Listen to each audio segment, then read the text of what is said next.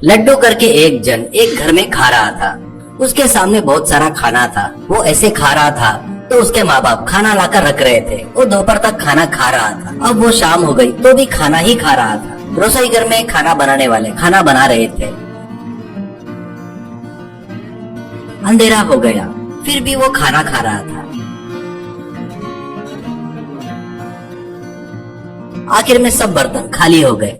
पिताजी, बेटा और खाने के लिए कुछ नहीं बचा, बस मैं और तुम्हारी माँ काम वाले के सिवा और कुछ नहीं बचा है। बस बता दे बेटा, हम में से किसको खाएगा? ऐसा कहता है माँ। पहले मुझे खा ले बेटा, रोज तुझे पकाकर खिलाने से मर जाना ही अच्छा है, कहती है वो। अरे तुम लोग को क्यों खाऊंगा माँ, कल ही बताया था ना, सामान पहले से ही लाकर रख लो करके। अभी देखो क्या हुआ। ठीक है रहने दो, मैं जाकर सो जाता हूँ, आप लोग भी कुछ खाकर सो जाओ, फिर सुबह ही फिर से खाना बनाना पड़ेगा ना, कहकर चला गया काम वाला। ऐसा क्या, यहाँ पर क्या बचा है बेटा खाने के लिए? हे भगवान, ये तकलीफ हमको क्यों दे रहा है भगवान? ऐसा कहता है।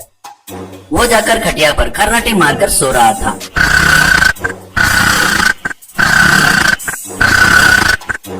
उसका नाम लड्डू था। इंसान जीने के लिए खाता है, पर लड्डू खाने के लिए ही जी रहा था। उसको खाने के अलावा दूसरा दुनिया में कोई काम नहीं था। इसी वजह से उसके करोड़पति पिताजी अब लखपति बनकर रह गए थे। इसके बाद आगे क्या होगा पता नहीं। उस गांव के बाजू में एक जेल था। उस जेल में बहुत सारे कैदी सजा काट रहे थे। उनमें पप्पू करके एक मोटा रहता है। वो इंसान मोटा था पर खाना नॉर्मली खाता था।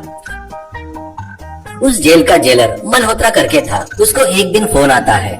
उसके ऊपर के अधिकारी, कांग्रेचुलेशन मल्होत्रा, तुम्हारा नाम प्रमोशन के लिस्ट में आया है।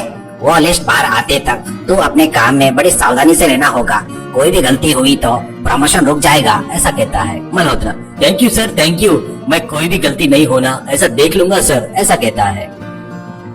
उसी दिन रात में पप्पू जेल की दीवार कूदकर भाग जाता है। सुबह ये वो बात पता चलने पर मल्होत्रा घबरा जाता है। सभी गार्ड को बुलाकर उन पर चिल्लाता है, चीची क्या इंसान हो तुम लोग, तुम्हारे कारण अपने जेल की इज्जत चली गई। वो भाग रहा था तो तुम लोग क्या कर रहे थे? कहता है एक गार्ड। जोर से मत चिल्लाओ सर, ये बात अभी तक किसी को पता नहीं चली। वो पप्पू एक हफ्ते के बाद छूटने वाला था, तो फिर ऐसे क्यों भाग गया बेवकूफ कहीं का? चकमा देकर भाग गया सर। ऐसा कहता है दूसरा गार्ड। ये बात बाहर पता चली तो अपनी नौकरी तो जाएगी ही और आपकी प्रमोशन भी रुक जाएगी सर। इसलिए मेरे पास एक प्लान है सर। बाहर से एक हफ्ते के लिए किसी को लेकर आकर अंदर डालेंगे। वो थोड़ा पप्पू जैसा रहा तो बस है ना, उसके बाद उसे छोड़ देंगे, सिंपल है सर। ऐसा कहता है मल्होत्रा। पर उसके जैसा अपने को कहाँ मिलेगा रे? एक गार्ड। पड़ोस के गांव में एक जन है सर, एक तो पप्पू जैसा दिखता है, उसका नाम लड्डू है, पर उसका खाना आप सह नहीं सकोगे सर। ऐसा कहता है मल्होत्रा। क्या खाना रे खाना? उसके खाने का क्या है तो मैं देख लेता हूँ, तुम तुरंत जाकर उसको लेकर आओ। ऐसा कहता है। वो जाकर लड्डू को लेकर आता है।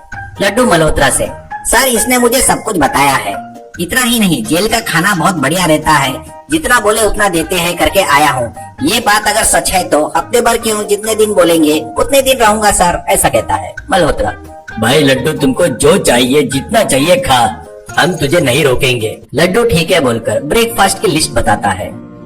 इस तरह लड्डू डोसा, इडली, पूरी, वड़ा इनके ढेर के ढेर खा रहा था। मल्होत्रा घबरा कर, क्या रे लड्डू तेरा पेट है या खाई? इतना सारा खाना खा रहा है रे, बस अब हो गया, उठ जा। ऐसा कहता है लड्डू। सर मैंने तुमको पहले ही बताया था, तुम अगर मुझे ऐसे रोकोगे तो बाहर जाकर पूरी बात बता दूंगा, उस पप्पू की जगह मुझे अंदर डाले करके। ऐसा कहता है मल्होत्रा।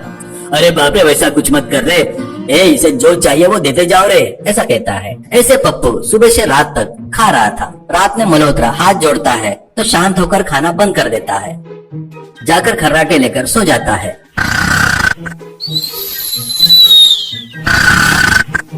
ऐसे जितने दिन जेल में था उतने दिन वो सिर्फ खाने का ही काम करता है। जेल के गोडाउन में एक एक सामान खत्म हो रहा था।